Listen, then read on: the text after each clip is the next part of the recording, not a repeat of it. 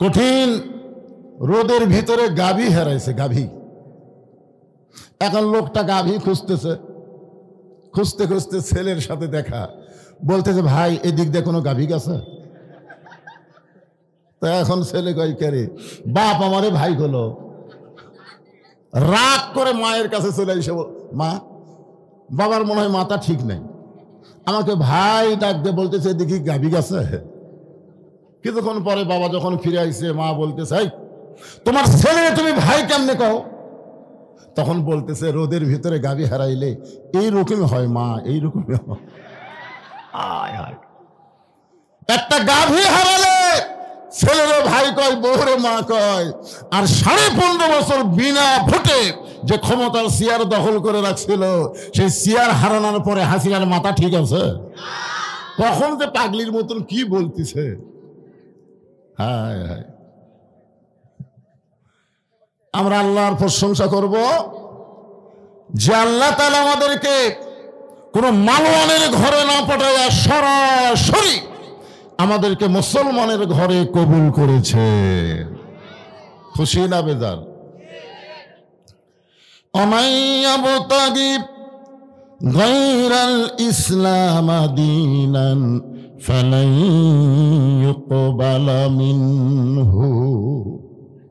ইসলাম ছাড়া অন্য কোন ধর্মকে যদি গ্রহণ করে, আল্লাহ বলেছেন সেইটা কবুল করা হবে না। আল্লাহর কাছে একমাত্র কবুলযোগ্য ধর্মের নাম কি? আর সেই ইসলামের মধ্যে আল্লাহ আমাদের মুসলমান হিসেবে কবুল করেছেন। খুশি না বেজার? তাহলে জবান খুলে আর একবার বলি আলহামদুলিল্লাহ। আছেন আমার মুক্তার, আছেন আমার ব্যারিস্টার, সেই বিচারের হাইকোর্টেতে তিনি আমায় করবেন পার। আমি পাপী রাসূল জাবিন্দার। বুঝতে পারছেন? এই কপাল গুণে, ভাগ্য গুণে আমরা এমন একজন নবী পাইছি, যেই নবী হাসরের ময়দানে আল্লাহ যখন হাকিম হয়ে আমাদের বিচার শুরু করবেন, আমাদের নবী আমাদের ব্যাপারে ওকালতি করে, বারিস্তারি করে, আমাদেরকে সুপারিশ করে জান্নাতে পৌঁছায় দিবেন। এই জন্য আমরা কি বলি? আল্লাহুম্মা সাল্লি আলা সাইয়্যিদিনা মুহাম্মদ। আমরা ভাগ্যগুণে এমন একজন নবী নেতা পাইছি, যেই নবী আমাদেরকে ছাড়া কখনোই জান্নাতে প্রবেশ করবে না। এখন বলেন সেই নেতার পিছনে ঘুরবেন না পানসা নেতা? যে নেতা বিপদে পলায় যায়, একটা কর্মীর কথা খেয়াল করে না। বাংলাদেশের 300 জন এমপির একটা এমপিও বর্তমানে বাংলাদেশে প্রকাশ্যে নাই। আর এই ফিডার খাওয়া চামচা, ফিডার খাওয়া কতগুলো চামচা গুজব লিক, এরা মাঝে মধ্যে কয় আমাকে আপা আবার ফেরত আসবি, ফেরত আসবি। কোনোদিনও পলানো কেউ ফেরত আসে না, আসলেও তার বাহিরে জায়গা হয় না, আয়না ঘরের মতো জায়গা হবে। জোরে কোন কথা ঠিক কি না? এই সমস্ত নেতা বাদ দেন, যারা বিপদে বলে কর্মী করুক ভুলে যায়। আমরা এমন একজন নেতাকে গ্রহণ করব যিনি জান্নাতের মধ্যে গিয়ে আমাদের কথা বলেনি। বলছে লাইলাতুল মিরাজে নবী যখন জান্নাতের মধ্যে ঢুকছিলেন, ওই সময় জিবরাইল বলেছিলেন, হুজুর এই বছর আপনার কষ্টের বছর, আপনি যদি দুনিয়াতে ফেরত না যান, আল্লাহ আপনাকে জান্নাত থেকে বাইরে করে দিবে না। দিবে? কারণ জান্নাতের মধ্যে ঢোকার পরই শর্ত হলো সালামুন আলাইকুম তিবতুম ফাদখুলুহা খালিদিন।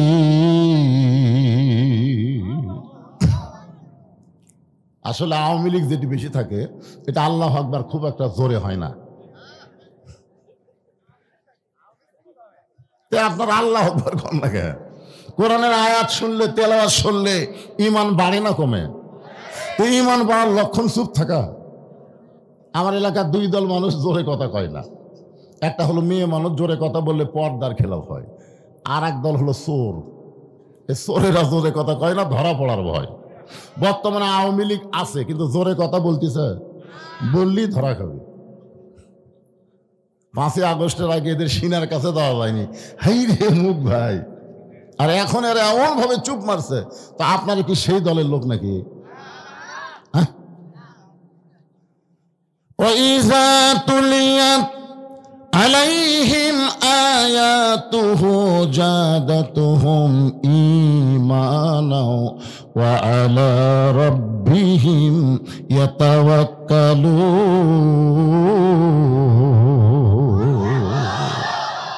হ্যাঁ, আলহামদুলিল্লাহ। তো এখন আপনি যদি জান্নাত থেকে বের না হন, আল্লাহ বাইর করে দিবে না। নবী বলতেছে জিবরাইল, কারণ এই বছরে আপনার 3টা কষ্ট গেছে। নবী যেই বছর মেরাজ করছে, নবীর কষ্ট গেছে 3টা। ধরে কোন কয়টা? 1 নম্বর কষ্ট হলো চাচা মারা গেছে। আপনার বলেন তো, চাচা মারা গেলে ভাইস্তার কি? ভাইস্তার কিছু হয়? কারণ বাপের সাথে সবচাইতে বেশি গন্ডগোল কার হয়? চাচার হয়। আমার তো চাচা ছিল, মাঝে মধ্যে আমার বাপের সাথে সামান্য জাগালেই গন্ডগোল হতো। আমি আল্লাহ বলতাম, আল্লাহ চাচা মরাই ভালো। তাহলে নবীর চাচা মারা গেল, নবীর অসুবিধা কি? অসুবিধা হল, আল্লাহ নবী বলেছেন, মায়ের পেটে আমি এতিম ছিলাম, কিন্তু দুনিয়াতে আসার পর আমি এতিম ছিলাম না। সাহাবারা বললেন, ইয়া রাসূলুল্লাহ, মায়ের পেটে এতিম ছিলেন, দুনিয়াতে আসার পরে এতিম ছিলেন না, কারণ কি? রাসূল বললেন, ভাগ্য গুণে এমন একটা চাচা পাইছি, যেই চাচার আদরে ভালোবাসায় আমার বাবা নাই, আমি কোনোদিনও বুঝতে পারিনি। শিশুকালে মইরা গেছে মা, গর্ভে থাকতে মরছে পিতা, নবী চোখে দেখলেন না। কে করিবে লালন পালন, কে দিবে সান্ত্বনা, এই দুনিয়ার বড় এতিম নবী ছিলেন একজনা। আল্লাহ সূরা দোহার মধ্যে বলেছেন, আলাম ইয়াজিদিকা ইয়াতীমান ফাআওয়া। চাচা দুনিয়া থেকে বিদায় নেওয়ার কিছুদিন পরে নবীর দরদের বিবি খাদিজা দুনিয়া থেকে বিদায় নিলেন। যতদিন মা খাদিজা জীবিত ছিলেন, ততদিন রাসূল দ্বিতীয় কোনো বিবাহ করেন নাই। আমাদের নবীকে নাস্তিকেরা বলে কামুক নবী, এতগুলো বিয়ে করছে। আপনারা বলেন তো, যতদিন মা খাদিজা দুনিয়াতে জীবিত ছিলেন, রাসূল কোনো দ্বিতীয় বিয়ে করছেন? করেননি। যখন আল্লাহ নবীর বয়স 50 বছর, তখন মা খাদিজা দুনিয়া থেকে বিদায় নিছে। 25 বছরে বিয়ে করছে, 25 বছর সংসার করছে, 50 বছর পর্যন্ত দ্বিতীয় বিয়ে করেননি। এই দরদের বিবি খাদিজা দুনিয়া থেকে বিদায় নেওয়ার কিছুদিন পর নবী গেলেন তায়েফে। তায়েফবাসীরা নবীকে এত পাথর মারলেন, পাথরের আঘাতে নবী রক্তাক্ত হয়ে গেলেন।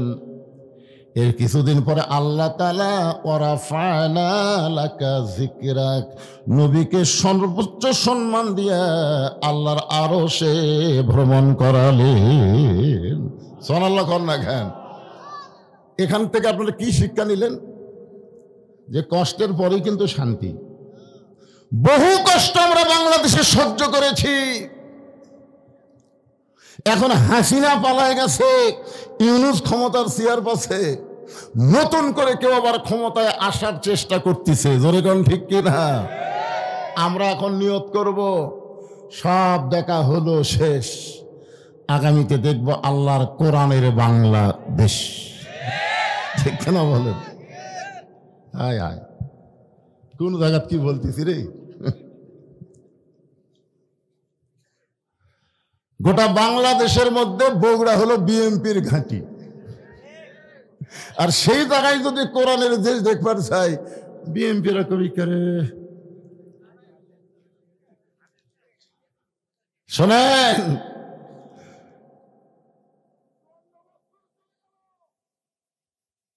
সুখ শান্তি কেউ দিবার পারলো না, কারণ মানুষের তৈরি সংবিধান, মানুষের তৈরি আইন দিয়া মানুষ কোনদিন শান্তি পাবার পারে না। শান্তি পাইলে গেলে আল্লাহর সংবিধান, আল্লাহর হুকুম আমল করা লাগবে। ধরে কোন ঠিক কিনা? এই জন্য আল্লাহ বললেন, ওয়ানুনাজ্জিলু মিনাল কুরআনি মা হুয়া শিফাউ ওয়া রাহমাতুল লিল মুমিনিন। এর বাংলা অর্থ হলে মাইক এরকম করতেছে কেন? এই শোনাই দিতে মাইক শুরুতে ভালোই আছিল, পেঁয়াজ খাওয়ায় না, চনচন যেন না করে, সাউন্ড কম হলে সমস্যা নেই, কিন্তু চনচন করলে বিপদ। ইকো মিকো সব বন্ধ করে দাও। আমি যেই বলবো সব সমস্যার সমাধান আপনার বলবেন দিতে পারে আল কোরআন। আমি যে আয়াতে কারিমা তেলাওয়াত করলাম এরই বাংলা, এটা আমার বাপ দাদার কথা না। কথা কার? সব সমস্যার সমাধান। এতগুলো মরদ মানুষের একটা সাউন্ড কেবারে। আচ্ছা, আপনাকে কি বিশ্বাস হচ্ছে না? একটা ইসলামী সঙ্গীত গাইল, আপনাকে মনে হয় বিশ্বাস হচ্ছে না? যেই বাংলাদেশে কোরআনের আইন দিয়ে দেশ চলবে, কলেমা খচিত পতাকা পথ পথ করে আকাশে উড়বে, এইটা আপনাদের বিশ্বাস হচ্ছে না? আগস্ট না যে 5 তারিখে হাসিনা পলাবি, বিশ্বাস হয়েছিল? আপনার তো বুঝতে পারতেছে না সামনে কি আসতেছে। একটা স্লোগান দিয়ে মোটামুটি ইমানকে সাইজ করেন। সব সমস্যার সমাধান আল কোরআনের আলো, সংসদে জালো লিল্লাহে তাকবীর। ফেরেশতা জিবরাইল বললেন, যদি আপনি জান্নাত থেকে বের না হন আল্লাহ আপনাকে বের করে দিবে না।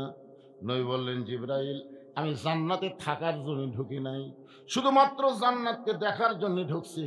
আমার উম্মতের জন্য আল্লাহ কত সুন্দর জান্নাত বানাইছে, এই জান্নাত একটু দেখার জন্য ঢুকছি রে জিবরাইল। আমি নবী সেই দিন জান্নাতে থাকার জন্য ঢুকবো যেদিন আল্লাহ আমার সমস্ত উম্মতকে জান্নাত দিয়া দিবে। এমন নবী পাওয়াতে খুশি না বেজার? তাহলে জবান খুলে বলি আলহামদুলিল্লাহ। আল্লাহর প্রশংসা করার কারণ হলো যে আমার হাতের দিকে তাকায় থাকে, দেখেন কি সুবহানাল্লাহ। যেই কোরআনের প্রথমে আল্লাহ বলেছেন যালিকাল কিতাবু লা রাইবা ফীহি হুদাল লিল মুত্তাকিন। আপনার বলেন তো এই কোরআনের মধ্যে সন্দেহ আছে? গোজামিল, ধোকা নাই। যখন আল্লাহ নবী কোরআন তেলাওয়াত করতেন, কিছু কিছু সামনে বসে থেকে শুনতেন আর একজন পিছনে দাঁড়ায় থেকে শুনতেন। সামনে বসে থেকে যিনি শুনতেন, যারা শুনতো তারা হলো আবু বকর, ওসমান, আলী, আব্দুর রহমান। আর পিছনে চোরের মতন দাঁড়িয়ে থেকে যিনি শুনতেন, ওর নাম হলো আবু জেহেল।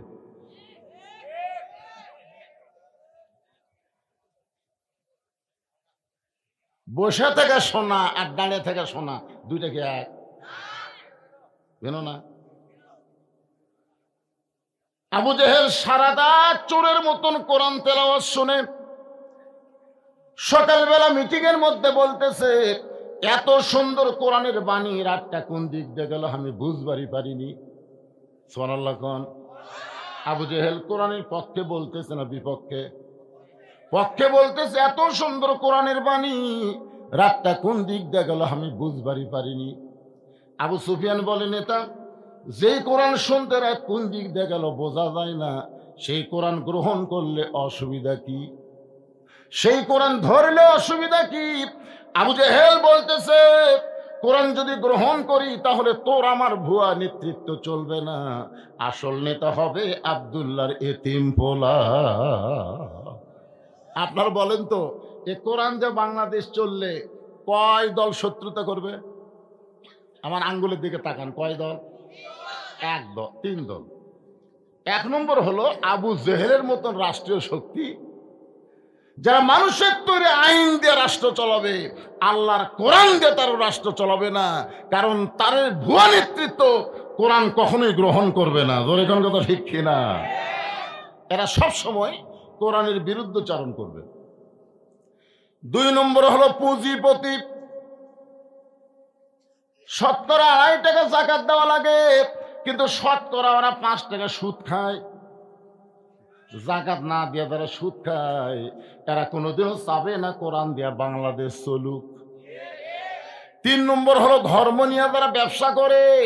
এই বাংলাদেশে বাবার নামে মাজার করেছে, ওই সমস্ত ধর্মীয় ব্যবসায়ী যারা, তারাও চাবে না আল্লাহর কোরআন দিয়া বাংলাদেশ চলুক।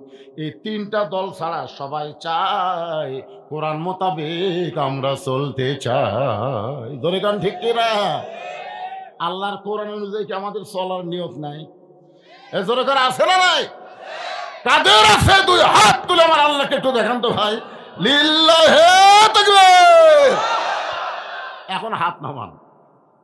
এই কোরআনটা বাংলাদেশ চললে নেতা কেমন হবে, কর্মী কেমন হবে, এইটা বোঝানোর জন্য ছোট্ট একটা সূরা আপনাদের সামনে আজকে তাফসীর হবে। সূরাটার নাম হলো সূরা কাউসার। নাম কি? কাউসার কিন্তু নামাজের সূরা। মসজিদের উন্নয়ন কল্পে মাহফিল। মসজিদের উন্নয়ন মানে মসজিদ 2 তলা 3 তলা 5 তলা না, মসজিদের আসল উন্নয়ন হলো মুসল্লি কালেকশন। ধরে কোন ঠিক কিনা? 2 তলা মসজিদ, 2 তলা এত মুসল্লি, হুজুর তারপরে আটে না, হুজুর। এখন আমরা 3 তলার ধান্দা করতেছি, এত মুসল্লি হয়। আলহামদুলিল্লাহ। তো ফজরের খবর কি? যে বলছি ফজরের খবর কি, তখন জিব্বাত কেমন দেখায়, হুজুর 1 কাতারই হয় না। জোহরের খবর কি? বুঝতেছেন না, কাজ কামের দিন। আসরের খবর কি? হাট বাজারে গেছে। মাগরিবের খবর কি? বাজার করে হিসাব করতেছে, এত জিনিসের দাম বেশি। এশার খবর কি? দুর্বল হয়ে ফজরেরই মতো। তো মসজিদের মধ্যে কয় কাতার? 9 কাতার। তো 1 কাতারের মুসল্লি হয় না, মসজিদের মধ্যে 9 কাতার। তাহলে 2 তালা করছো কেন? তখন বলতেছে, হুজুর যে জুমার দিনে সবার শেষে এসে আগে যায়, ওই শালাকের জন্য 2 তালা করা লাগছে। জুমার দিনে সবার শেষে আসে আগে যায়। আপনার বলেন তো এরা কি মুসল্লি? এরা কি? এরা হচ্ছে ফাওয়াইলুল মুসাল্লি। কি রে ভাই? আসেন, সেজন্য সূরা কাউসারকে টার্গেট নিয়ে আপনাদের সামনে আলোচনা করব। 1 নম্বর কথা হলো, আল্লাহর কোরআন দিয়ে যদি বাংলাদেশ চলে তাহলে বাংলাদেশের কর্মীগুলা কেমন হবে? তখন কর্মী যদি ভালো হয়, নেতা কেমন হবে? এই 2টা বলার পরেই আমি সূরা কাউসারের তাফসীরে আসতেছি। এই বাংলাদেশের মতন 96টা দেশের খলিফা হযরত ওমর, বাংলাদেশের মতন 96টা, ধরে বলেন কয়টা? হাসিনা কয়টার? আরে বাংলাদেশের মতন 96টা দেশের খলিফা হযরত ওমর আল্লাহর কোরআন দিয়ে রাষ্ট্র চালায়। একদিন মসজিদের মেম্বরে দাঁড়িয়ে হযরত ওমর খুতবা দিচ্ছেন, খুতবা। এমন সময় এক মুসল্লি দাঁড়িয়ে বলতেছে, আমির আল মুমিনিন, আপনার খুতবা শুনবো না। ওমর ফারুক বললেন, আমার অপরাধ কি? বলে, আপনার অপরাধ হলো আমাদেরকে খাটো পাঞ্জাবি দিয়ে আপনি লম্বা জুব্বা পরে খুতবা পড়তেছেন। আমাদেরকে খাটো দিবেন আর আপনি লম্বা করবেন। এই লম্বা জুব্বা কোথায় পাইলেন? যতক্ষণ না বলবেন ততক্ষণ আপনার ওয়াজ খুতবা আমরা শুনবো না। এই মাইকের সামনে এরকম হঠাৎ হলো কেন বাবা? না না, ভালোই তো ছিল, ভালো ছিল না? আমি ওদেরকে বললাম যে ইকো মিকো সব বাদ দাও। আর আমি কথাই বলতেছি, সুন্দর সাউন্ড হচ্ছে, হট করে আসে খোঁজলা দেখেনি, মাগরিব পড়েনি, এশা পড়েনি, একটা নামাজও পড়েনি, আর মসজিদের উন্নয়ন করবে মাহফিল। আমি জীবনেও কোনোদিন মাইকের দোষ ধরি না। আমার ওয়াজের বয়স হলো 42 বছর, এই মাইকের দোষ আমি ধরি না। আর আমার মতন এত ওয়াজ বাংলাদেশের কোনো বক্তাও করে না। এত ওয়াজ, আগামীকাল আমার 3টা ওয়াজ, দুপুরে একটা, সন্ধ্যে একটা, রাতে একটা। আরে মাইকের দোষ আমি ধরার টাইমই পাই না তো। আমি বলতেছি সাউন্ড আসতে দাও, জনগণ বোঝা লাগবে, কারণ এমন একটা সময় আমরা পৌঁছে গেছি, সব দেখার দিন শেষ, আগামীতে আমরা দেখবো আল্লাহর কোরআনের বাংলাদেশ। জোরে গান কথা ঠিক কিনা? কোরআনকে বুঝে লাগবে না যে কোরআনটা বাংলাদেশ চললে আমাদের অবস্থা কি হবে? হ্যাঁ, এই জন্য সাউন্ডার সাইজ মতো দাও। আপনারা বলেন হযরত ওমর বাংলাদেশের মতো ৯৬টা দেশের খলিফা, তার পাঞ্জাবি লম্বা, খুতবা আটকা দিছে। ওমর ফারুক তাকায় দেখে প্রত্যেকটা মুসল্লি মাথা নিচু করে বসে আছে। ওমর ফারুকের পক্ষে কেউ নাই, মনে হয় সবাই ওই সাহাবীর পক্ষে আছে। আসরের ফরজ নামাজ ৪ রাকাত। জোরে কোন কয় রাকাত? ইমাম ২ রাকাতে বসিছে, আবার ৩ রাকাতেও বসে গেছে। সঙ্গে সঙ্গে এক ভ্যানাল আল্লাহু আকবার, আল্লাহু আকবার কে লোকমা দিছে। ইমাম কয় আমি টাইটেল পাস, দাওরা পাস, এতদিন ৪ রাকাত পড়াছি, আজকে ৩ রাকাতেই বসে থাকবো, আমি ৪২ সালের আগে উঠবো না। এই মনে করে ৪১ সাল পর্যন্ত ইমাম যদি বসে থাকবার চায়, আপনার বলেন তো মসজিদের মুসল্লি ইমামের পক্ষে হবে না ভ্যানালার পক্ষে যাবে? কেন কেন যাবে? কারণ ইমাম স্বৈরাচারী হয়ে গেছে, আল্লাহর হুকুম নবীর তরিকা মোতাবেক নাই, আর ভ্যানালা আল্লাহর নবীর তরিকা মোতাবেক লোকমা দিয়েছে। এখন আমরা ইমামকে বাদ দিয়ে নতুন একটা ইমাম নিয়োগ দেব, ভ্যানালার সাথে আমরাও লোকমাতে শামিল হব। জোরে কোন কথা ঠিক না? কারণ মসজিদে কোনো মানুষের আইন চলে না, মসজিদে আইন চলে কার? আরো জোরে বলেন। সমস্ত সাহাবী মাথা নিচু করে আছে, ওমর ফারুকের পক্ষে কথা বলার কেউ নাই। এমন সময় আব্দুল্লাহ ইবনে ওমর বাবার পাশে দাঁড়ায় বলতেছে, রে নবীর সাহাবীরা, তোমরা খাটো পাঞ্জাবি হলেও তো নতুন পাঞ্জাবি পরে নামাজ পড়তে আইছো। আমার পরনের দিকে তাকায় দেখো, আমার পরনে নতুন কোনো কাপড় নাই। ওসমান গনি বলে, আব্দুল্লাহ, আজকে জুমার দিনে সবাই নতুন কাপড় পরেছে, তুমি পুরাতন কাপড় কেন পরে নামাজ পড়তে আসলে? আব্দুল্লাহ বলে, আমি যদি নতুন কাপড় পরতাম তাহলে আমার বাবার জুব্বা লম্বা হতো না। আমি যদি নতুন পোশাক পরে নামাজ পড়তে আসতাম তাহলে আমার বাবার জুব্বা লম্বা হতো না। রে নবীর সাহাবীরা শুনে নাও, যেদিন থেকে আমার বাবা মদিনার খেলাফতের দায়িত্ব পাইছে সেদিন থেকে তোমরা সবাই ঘুম পাড়ো, কিন্তু আমার বাবার ভাগ্যে ঘুম নাই। সবাই যখন ঘুমায় গেছে, ওমর ফারুক তখন নিজের চোখে দেখার জন্য চোরের মতন রাতের অন্ধকারে মদিনার অলিগলি ঘুরতেছে। হঠাৎ হযরত ওমর দেখতে পাই মরুভূমির মধ্যে একটা তাঁবু টাঙ্গানো। ওমর ফারুক চিন্তায় পড়ে গেলেন, মদিনার কোনো মানুষ তো তাঁবুতে থাকার অবস্থা নাই। আল্লাহ এমন রহম করেছে মদিনার সব মানুষের বাড়ি আছে, তাঁবুর মধ্যে কি? একটু নিকটে গিয়ে শুনতে পাই ছোট 2টা বাচ্চা খালি মা মা বলে কাঁদতেছে, আর মহিলা বলতেছে, বাবা একটু ধৈর্য ধরো, গোস্ত সিদ্ধ হলেই তোমাদের খাবার দিব, একটু ধৈর্য ধরো, গোস্ত সিদ্ধ হলেই খাবার দিব। ওমর ফারুক চিন্তায় পড়ে গেলেন, দুম্বার গোস্ত হলে 8 ঘন্টা লাগবে, উটের গোস্ত হলে বড় জোর 1 ঘন্টা লাগতে পারে। এত গভীর রাত হয়ে গেল, এখন পর্যন্ত গোস্ত সিদ্ধ হয় না। এটা কেমন মা? সন্তান কান্দে, কলিজাতকে দয়া নাই।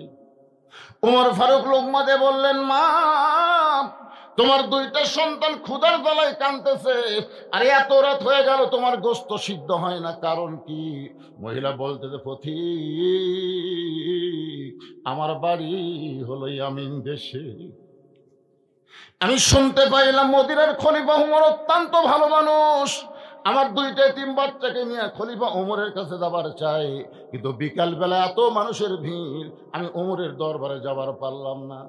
আমি আজকে রাত্রেবেলা কোনো মতে কাটাই, আগামীকাল সকালবেলা ওমরের দরবারে আমার 2টা এতিম সন্তানকে নিয়ে যাব। আমি একজন মা 2টা বাচ্চাকে নিয়ে মরুভূমির মধ্যে তাঁবু টাঙ্গায় যখন থাকতে চাই, আমার দুই বাচ্চা ক্ষুধার জ্বালায় যখন বারবার কান্দে, আমি ওদেরকে সান্ত্বনা দেওয়ার জন্য পাতিলে পানি আর পাথর দিয়া নিচে আগুন জ্বলায় বলতেছি, বাবা গোস্ত সিদ্ধ হলেই তোমাদের খাবার দেব। কিন্তু আমার বাচ্চারা তো জানে না আমি পানির মধ্যে পাথর দিয়ে আগুন জ্বালাইছি।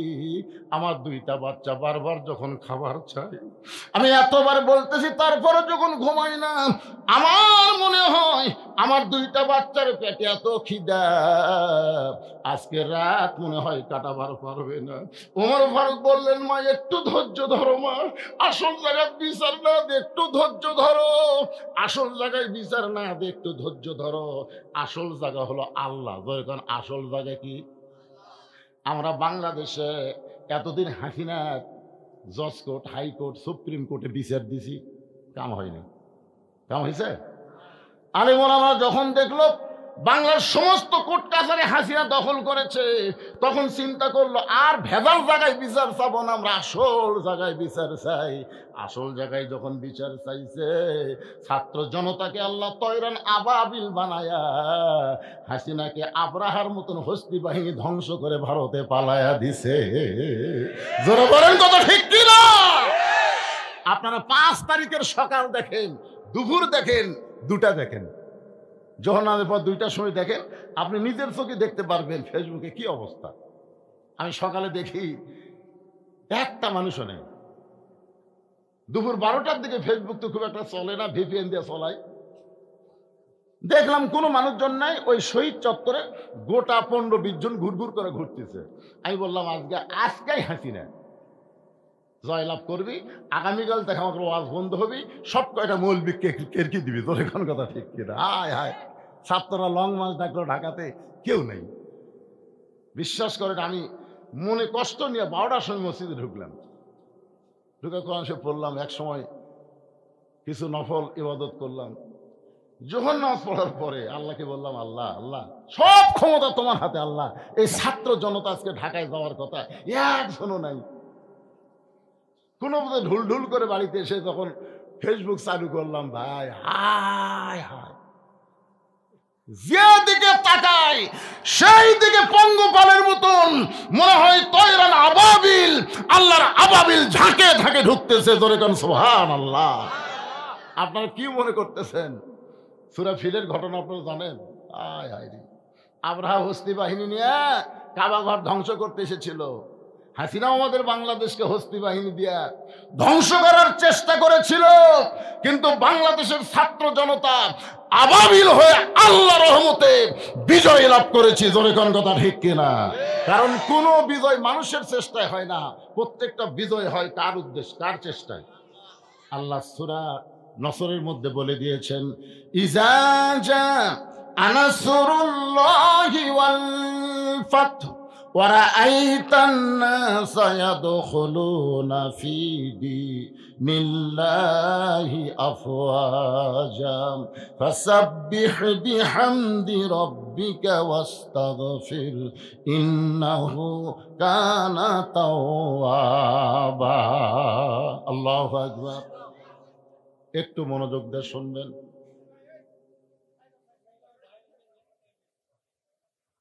হ্যাঁ, ও আসলে ডিস্টার্ব করা হবে না তো। মানুষ একেবারে অনেকদিন পর পায়া খালি আমার কালো চেহারা দিকে টাটকার মতো চাই আছে। ভাই এখন ডিস্টার্ব করো না। কি বলতেছে একটু মনোযোগ দেন। ওমর ফারুক বললেন, মা আসল জায়গায় বিচার দিও না, একটু ধৈর্য ধরো। এক দৌড়ে বাইতুল মালের দরজায় আসলাম, দরজা খুলে দিল। ওমর ফারুক বললেন, বড় একটা খাবার বস্তা আমার মাথায় উঠে দাও। আসলাম বলতেছে, আমিরুল মুমিনিন কোথায় যাওয়া লাগবে? আমি খাবার বস্তা নিয়ে রওনা দিব।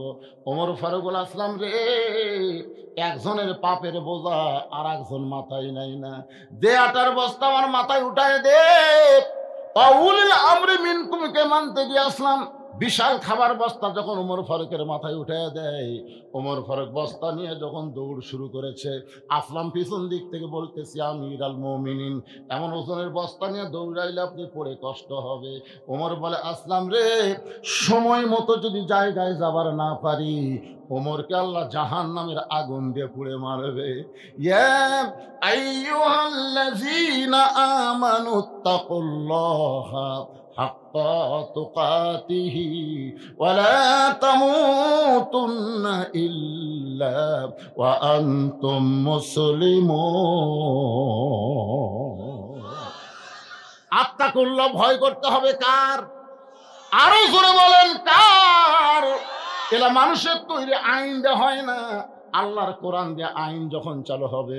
ওমর ফারুক বলে, রাসলাম সময় মতো যদি জায়গায় পৌঁছতে না পারি, জাহান্নামের আগুন দিয়ে আল্লাহ ওমরকে পুড়াবে। এক দৌড়ে বস্তা নিয়ে তাবুর কাছে মারে রুটির হালুয়া তৈরি কর। মহিলা রুটি হালুয়া তৈরি করে যখন ওমর ফারুকের হাতে দেয়, ওমর ফারুক দুইটা এতিম বাচ্চাকে দুই উরাতের উপর বসায় নিয়ে ওই রুটি হালুয়া যখন মুখের মধ্যে দেয়, দুইটা বাচ্চা ফ্যাল ফ্যাল করে ওমরের দিকে তাকায়। أرأيت الذي يكذب بالدين فذلك الذي يدعو اليتيم ولا يحض على طعام المسكين। ধর্মের নামে মিথ্যাবাদী কারা?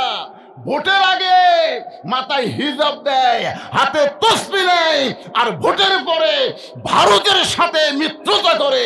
এরাই হলো ধর্মের নামে মিথ্যাবাদী। জোরে কোন কথা ঠিক কি না? হায় হায় হায় রে, আমাদের বাংলাদেশের আওয়ামী লীগের যে নেতাগুলো আছে, সাইজ ভাই মানে এই মুহূর্তে জান্নাত থেকে চলে যাচ্ছে। হায় কি আল্লাহ কি বলতেছে? এরাই ধর্মের নামে মিথ্যাবাদী। ভোটের সময় মাহিয়া মাহি বোরকা পড়ছে, শালা ন্যাংটা হয়ে আছে, আর ভোটের সময় বোরকা পড়ছে। একমাত্র এতিম এক দুই বাচ্চাকে কোলত দিয়েছে। মাহিয়া মাহি ভোট নিবি তো এটা ভিডিও করতেছে, এতিম বাচ্চা কোলত দিয়েছে, ওই সাথে সাথে পেশ করে দিচ্ছে। শালা মেয়ে আমি বুঝি না কি কারণ। ফেরাউন যখন মুসা আলাইহিস সালাম কোলত দিয়েছিল, মারছিল চড়। ধরে কোন কথা ঠিক কিনা? এতিম বাচ্চারা বোঝে না যে তুই ঠাট্টা করতেছিস ধর্ম লিয়া, তুই ন্যাংটা হয়ে আসিস, আর ভোট নেওয়ার জন্য বোরকা।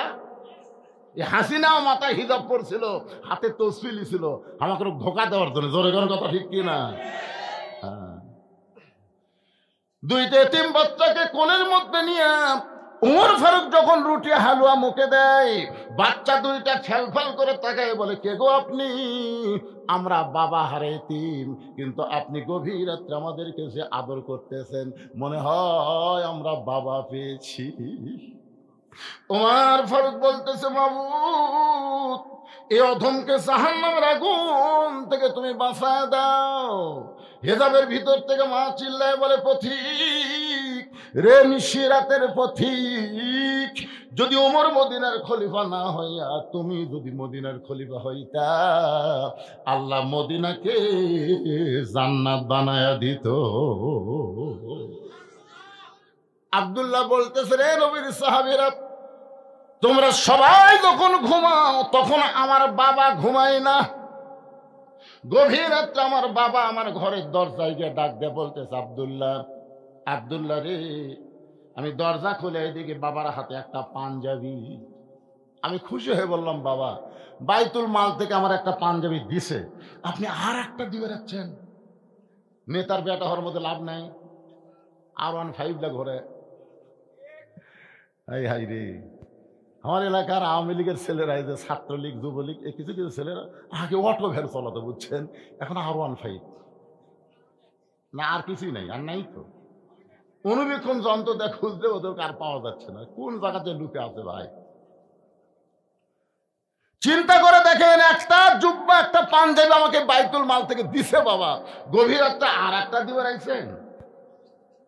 ওমর ফারুক সঙ্গে সঙ্গে কোরআন থেকে তেলাওয়াত করলেন, ইন্নাল্লাহা ইয়ামুরুকুম আন তুআদ্দুল আমানাতি ইলা আহলিহা ওয়া ইযা হাকামতুম বাইনান নাস আন তাহকুমু বিল আদল। আল্লাহু আকবার। ওমর ফারুক ছেলেকে কোরআনের আয়াত শুনে কি বুঝালেন? বুঝতে পারছেন? পারেননি।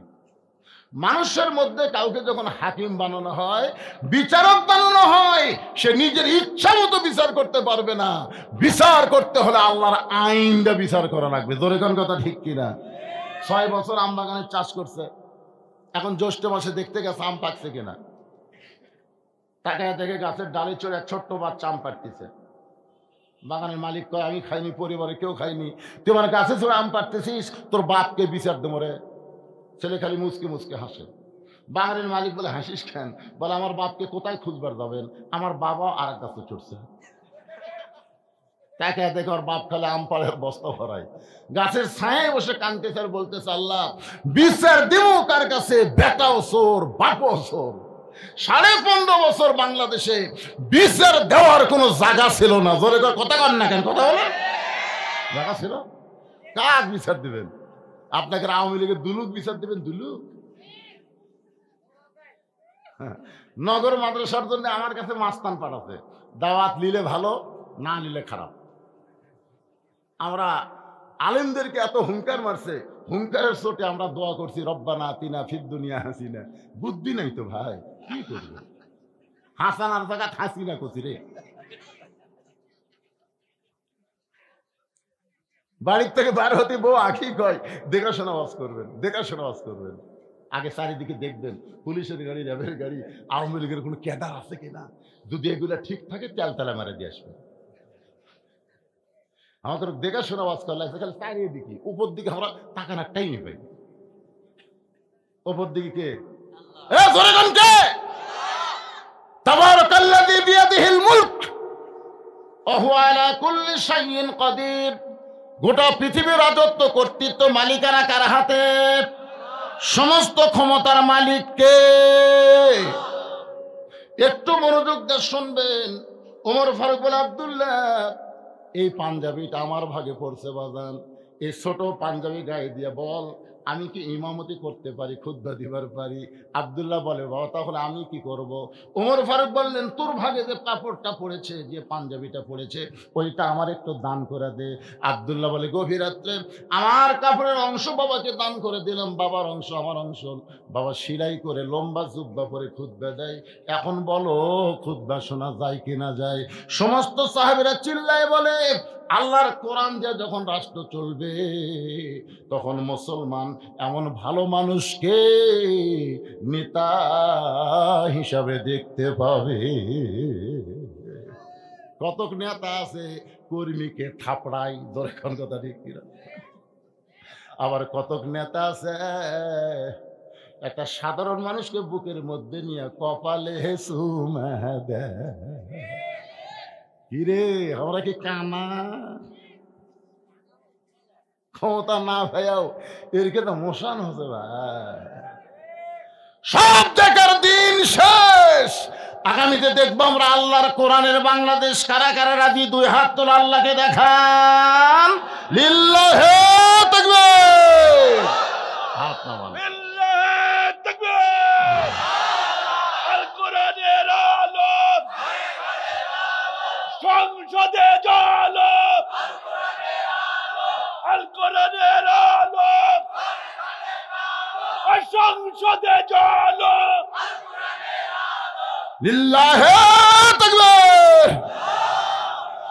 আল্লাহর কোরআন দিয়ে রাষ্ট্র চললে একটা নেতার খবর শুনালাম, এখন কর্মী কেমন হবে এইটা আমাদের জানার দরকার আছে না নাই? এখন আসেন সূরা কাউসার। সূরা কাউসার, কাউসার এটা এমন একটা পিয়ালা, এই ছেলেরা মনোযোগ দিয়ে শোনো, বুড়া হয়ে নামাজ পড়ে কাম হবে না তো। যখন হবে চামড়া ঢিল, আল্লাহর সাথে দিবা মিল, রুকুর থেকে সেজদাত গেলি ও বাবা রে, মানে মাথাত লাগতেছে। কতগুলো আবার চেয়ার লিয়া মসজিদে যাচ্ছে, জোরে ঘন কথা ঠিক না? সারা জীবন শালা অকাম বদকাম করছে আর বুড়া বয়সে নামাজ পড়ছে। নামাজ হচ্ছে সরকারি চাকরির মতন পাগলা। সরকারি চাকরি যেমন সব বয়সে হয় না, নামাজ সব বয়সে চলবে না, জোরে কোন কথা ঠিক না? এই জন্য রাসূলের হাদিসে বলা হয়েছে 7 বছর থেকে তালিম দাও, 10 বছর থেকে জোর করে ধরাও। কি কি এই জন্য সূরা কাউসারের তাফসীর হচ্ছে কর্মী কেমন হওয়া লাগবে এটা বোঝানোর জন্য। কারণ মসজিদের উন্নয়ন করবে মাহফিল। এই সূরা কাউসারের শানে নজুল যদি আমি বলবার চাই তাহলে অনেক সময় লাগবে। আজকে শানে নজুল বাদ দিয়ে শুধু সূরাটার অনুবাদ এবং তাফসীর আপনাদের সামনে করব। কাউসার এমন একটা পেয়ালা যেটা কেউ যদি পান করতে পারে, কাউসারের পানি যদি কারো দেহের মধ্যে থাকে, ওই দেহ যদি জাহান্নামেও যায়, আল্লাহ জাহান্নামকেও জান্নাত বানায়া দিবে। আচ্ছা, নামাজের ওয়াজ শুরু করতে ওটা বসা শুরু করলেন, তার মানে হ্যাঁ কিসের পোশাক? এই ঠান্ডার মধ্যে পেশাব লাগে? আচ্ছা, আপনার রাত 9টার সময় যখন ঘুমাবার যান বিছনায়, তখন পেশাব কি সাথে লিয়া যান না বেড়া থিয়া যান? কি জন্যে? কারণ ঘুমের দাম আছে। এই পেশাবের কারণে ঘুমের ক্ষতি হোক, আগে পেশাব করে তারপরে ঘুমাবার যান। তো আপনারা ঘুমের দাম বুঝলেন, কোরআনের দাম বুঝলেন না। এখানে পেশাব করে এসে তারপরে বসবেন। এ কে করে সন্ধ্যার সময় বসছে? পেশাব লাগছে? যদি আপনারা বলেন মসজিদের উন্নয়ন করব, নামাজ মসজিদের উন্নয়ন করবেন, নামাজের ওয়াজ শুনবেন না, ইয়ার কি মারতেছেন? না 2 ঘন্টা না, নামাজের ওয়াজ শোনেন। আল্লাযীনা ইম্মাক্কানাহুম ফিল আরদ, মুসলমানের মধ্যে কাউকে যখন ক্ষমতার চেয়ার দেওয়া হবে, তার 1 নম্বর দায়িত্ব পদ্মা সেতু নির্মাণ করা না, 1 নম্বর দায়িত্ব রাস্তার উপর লেন দেওয়া না, টানেল বানান না, 1 নম্বর দায়িত্ব হলো আকামুস সালাত, নামাজ কায়েম করা। জোরে কোন কথা ঠিক কিনা? হ্যাঁ, আজকে আমাদের ছেলের হাতে যে মোবাইল, রাত 10টার পরে দরজা জানলা বন্ধ হলেই কয় কেউ চেতন নাই রে, এখন মারি রে। একেবারে কম্বলের মধ্যে লিয়ে যায়, ওই অশ্লীল ভিডিও দেখা শুরু করছে। ওই ছেলেটা যদি নামাজ আদায় করে, ওই আর অশ্লীল ভিডিও দেখতে পারবে না। কারণ আল্লাহ কোরআনে বলেন, ইন্নাস সালাতা তানহা আনিল ফাহশাই ওয়াল মুনকার, একমাত্র নামাজই পারে মানুষকে যাবতীয় ফাহিশা থেকে বাঁচায়া দিতে। এখন বলেন, সেই নামাজের কথা শুনবেন না ভাইজান? 2টা আমল যারা করবে, হাউজে কাউসারের পানি তারা পান করবে, হাউজে কাউসারের পানি পাবে, হাসর হবে তামার সানি। উম্মত বলবেন পানি পানি, হাসর হবে তামার সানি। উম্মত বলবেন পানি পানি, সেই কঠিন দিনে নবী বিনে, সেই কঠিন দিনে নবী বিনে পানি দেওয়ার সাধ্য কারো নাই। ওই পানি দিবেন কেবলমাত্র আমাদের নবী। ধরে কোন সুবহানাল্লাহ। হাউজে কাউসারের 1 পেয়ালা পানি কেউ যদি পান করে জাহান্নামেও যায়, আল্লাহ জাহান্নামকেও জান্নাত বানায় দিবে। সাহাবীরা বললেন, ইয়া রাসূলুল্লাহ, এত দামি পেয়ালা কারা পান করবে? সঙ্গে সঙ্গে নবী বললেন, ফাসাল্লিলি রব্বিকা ওয়ানহার। 2টা আমল যারা করতে পারবে, 1 নম্বর হলো নামাজ, আর 2 নম্বর হলো কুরবানি। এই 2টা আমল যারা করবে, তারাই পান করবে হাউজে কাউসারের পানি। 1 নম্বর কি? এ সবাই জোরে করে, 1 নম্বর কি? আরো জোরে।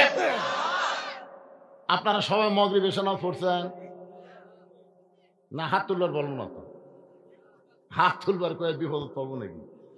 আপনাদের কাছে বিবেক সবচাইতে বড় আদালত আছে না নাই? আপনি বিবেকের আদালতে একটু খেয়াল করে চোখ বন্ধ করে দেখেন তো, যারা মাগরিব এশা নামাজ না পড়ে ওয়াজ শুনতেছেন, এরা যদি ফজরের আগে মরে যান, মনে করেন ফজরের আগে আপনি মরে গেছেন, মাগরিবও পড়েনি, এশাও পড়েনি, দুনিয়ার কত মানুষ আপনার জানাজা পড়ালে আপনি জান্নাতে যাবেন? এটা কথা বল না কেন? আপনারা যারা এখানে এসেছেন, আপনারা সত্যি করে বুকে হাত দিয়ে বলেন তো, হুজুর আমরা বাড়ি যাবার পারবো? আরে সত্যি করে বলেন, বাড়ি যাওয়ার কোনো গ্যারান্টি আছে? তাহলে গ্যারান্টি যদি না থাকে, মাগরিব এশা বাদ দিয়ে ওয়াজ শুনতেছেন, আর ফজর আগে যদি মরে যান। রাসূল বলেছেন, লা সালাতা লা ঈমানা, যার নামাজ নাই তার ঈমান নাই। লা সালাতা লা দীনা, যার নামাজ নাই তার কোনো ধর্ম নাই। বাইনাল আবদি ওয়াল কুফরি তারকুস সালাত, বান্দার কাফেরের মধ্যে পৃথক করার জিনিসটার নামই হলো নামাজ। যারা নামাজ পড়ে তারা আল্লাহর বান্দা, যারা বেনামাজি তারা হলো কাফের। যারা মাগরিব এশার নামাজ না পড়ে ওয়াজ শুনতেছে, তারা বান্দা না কাফের, বেনামাজি। যারা বলতেছেন আল্লাহ মরার আগে যেন বোবা হয়, আল্লাহ হক কথা, নবীর কথার সাথে আল্লাহর কথার সাথে আপনারা একমত না দ্বিমত? মান তারাকা সালাতু মুতাম্মিদান ফাকাত কাফারা, 1 ওয়াক্ত বাদ দিলেই কাফের। তাহলে আমি যেই বলবো বেনামাজি, আপনার বলবেন কাফের, বলতে পারবেন না ভাইজান? বেনামাজি, বেনামাজি। এই মুহূর্তে যদি নিয়ত করেন মাগরিব এশার নামাজ পড়িনি, ফজর থেকে নামাজ ধরবো আর ছাড়বো না, আল্লাহ বলে নিয়ত করার সঙ্গে সঙ্গে যত ওয়াক্ত নামাজ না পড়ার পাপ হয়েছে আমি সব মাফ করে দিলাম। কি কন? আল্লাহ পারে না? এই ফিরে আসার নামে হলো তওবা। এই ফিরে আসার নাম হলো তওবা। একটু মনোযোগ দেবেন। 5 ওয়াক্ত নামাজ 70 রাকাত আমাদেরকে জামাতের সঙ্গে আদায় করা লাগবে। শুধু জুমার নামাজ মসজিদে পড়লে হবে না। 5 ওয়াক্ত 17 রাকাত, ফজরের 2 রাকাত, জোহরের 4 রাকাত, আসরের 4 রাকাত, মাগরিবের 3 রাকাত, এশার 4 রাকাত, এই 70 রাকাত নামাজ জামাতের সঙ্গে আদায় করা লাগবে। পুরুষ মানুষের জন্য যত ইবাদত আছে তার মধ্যে 1 নম্বর হলো নামাজ। পুরুষ মানুষের জন্য যত ইবাদত তার মধ্যে 1 নম্বর কি? আর মহিলাদের জন্য নামাজ কিন্তু 1 নম্বর না, মেয়েদের জন্য 1 নম্বর হলো পর্দা। ও মায়েরা, ও জামাতে নামাজ পড়েন। এক মুরব্বী আমাকে বললো, হুজুর 11টার সময় ওরা আসে, জুমা নামাজ পড়বে 11টার সময় আসে। জামাতে নামাজ পড়া ওয়াজিব, আর পর্দা মানা হলো ফরজে আইন। কথা কন না কেন? হ্যাঁ, খুব খেয়াল করবেন, খুব খেয়াল করবেন। ফাতেমার জীবনে তেমন কোন আমল ছিল না, কিন্তু পর্দাটা এমন ভাবে গ্রহণ করেছিল যার কারণে তাকে সাইয়্যিদাতুন নিসাই আহলিল জান্নাহ, জান্নাতি নারীদের নেত্রী বলা হয়েছে। জোরে কোন কথা ঠিক কিনা? পুরুষের জন্য 1 নম্বর হলো নামাজ, আর নারীদের জন্য 1 নম্বর হলো পর্দা। আল্লাহ কোরআনে বলেন, ওয়াকারনা ফি বুয়ুতিকুন্না ওয়ালা তাবাররাজনা তাবাররুজাল জাহিলিয়াতিল উলা। মেয়েদের জন্য 1 নম্বর পর্দা। আমার অনেক মায়ের আইছেন, ওরা আবার বলবে, হুজুর খালি নামাজের ওয়াজ করে গেল, পর্দার ওয়াজ করলো না। হ্যাঁ, মেয়েদের 1 নম্বর পর্দা। এই পর্দাটা কিভাবে পালন করা লাগবে আমি একটু বোঝানোর জন্য বলতেছি, কারণ আমাদের মাগুলো যদি ভালো হয়, আগামীতে যে বাচ্চাগুলো পয়দা হবে, যে বাচ্চাগুলো দুনিয়াতে আসবে, এরা আসার সাথে সাথে মুজাহিদ হবে, ইসলামী আন্দোলনের কর্মী হবে। আর কোন মা আগামীতে সিজার করে বাচ্চা নেবে না। নরমালি বাচ্চা নেওয়া তারা পছন্দ করবে যদি পর্দা ওয়াজটা মনোযোগ দিয়ে শোনে। এখনকার মায়েরা পেটত বিষ উঠলি পাও দেয় হাসপাতালের দিকে। এখন স্বামী কি করবি? কে রে মা, তুমি জানো তোমার পেট লাড়া ছেড়ে কারা কাটা বাচ্চা বার করবি? তুমি জানো? তুমি একটা মহিলা, একটা পরপুরুষ, তোমার পেট কাটা বাচ্চা নেই। এই যে সিজার করে বাচ্চা হওয়ার কারণে অধিকাংশ বাচ্চারা মোবাইল ছাড়া ভাত খায় না, মোবাইল ছাড়া কান্না বন্ধ করে না। জোরে কোন কথা ঠিক কিনা? সিজার করা বাচ্চারা কোরআনের মাহফিলে বসেও না, খালি ঘুরঘুর করে ঘরে। কারণ জন্মের আগেই এদের জন্ম আছে, 2 দিন পরে নর্মালে বাচ্চা হতো, কিন্তু 2 দিন আগে পেট কাটার কারণে পেটের মধ্যে ঘুমই ভাঙে। এখন ডাক্তার কয়, কে রে এই যে ঘুম ভাঙলো না, কি করি? তখন আর এক ডাক্তার কয়, পেটের মধ্যে বার করে একটা ঘুরান দাও। তখন পেটের তো পা ধরে বার করে এইরকম আমার দিকে তাকা, আমি দেখছি যে এই বাচ্চার কান্দা শুরু হয়ে গেল। এই যে মাথার ঝাঁকি খেলো ভাই, এই ঝাঁকি খাওয়ার কারণে তারা অস্থির হয়ে যায়। তা আমরা চাই না আমাদের মায়েদের বাচ্চা আগামীতে সিজার করে হোক, কারণ বাংলাদেশের কোনো ভালো ডাক্তার তার সন্তান সিজার করে নেয় না, তার বইয়ের সিজার করায় না। আমাদের বগুড়াতে খোঁজলে দেখেন, যারাই বড় ডাক্তার তাদের বাচ্চা নরমালে হয়। আর 2 নম্বর হলো মৌলানাদের বাড়িতে কোনোদিন মিলাদ হয় না, মৌলানারা পরের বাড়িতে পড়ায়, নিজের বাড়িতে হয় না। আর 3 নম্বর হলো পীরের বউ কোনোদিন মুরিদ হয় না, কারণ পীরের বউ জানে আমার পীর সাহেব 1 নম্বর লুচ্চা, মাঝে মাঝে মুরিদের বইয়ের দিকে চোখ মারে, এর হাতে মুরিদ হয় না। 3টা কথা কইলাম, ধরে কোন কয়টা?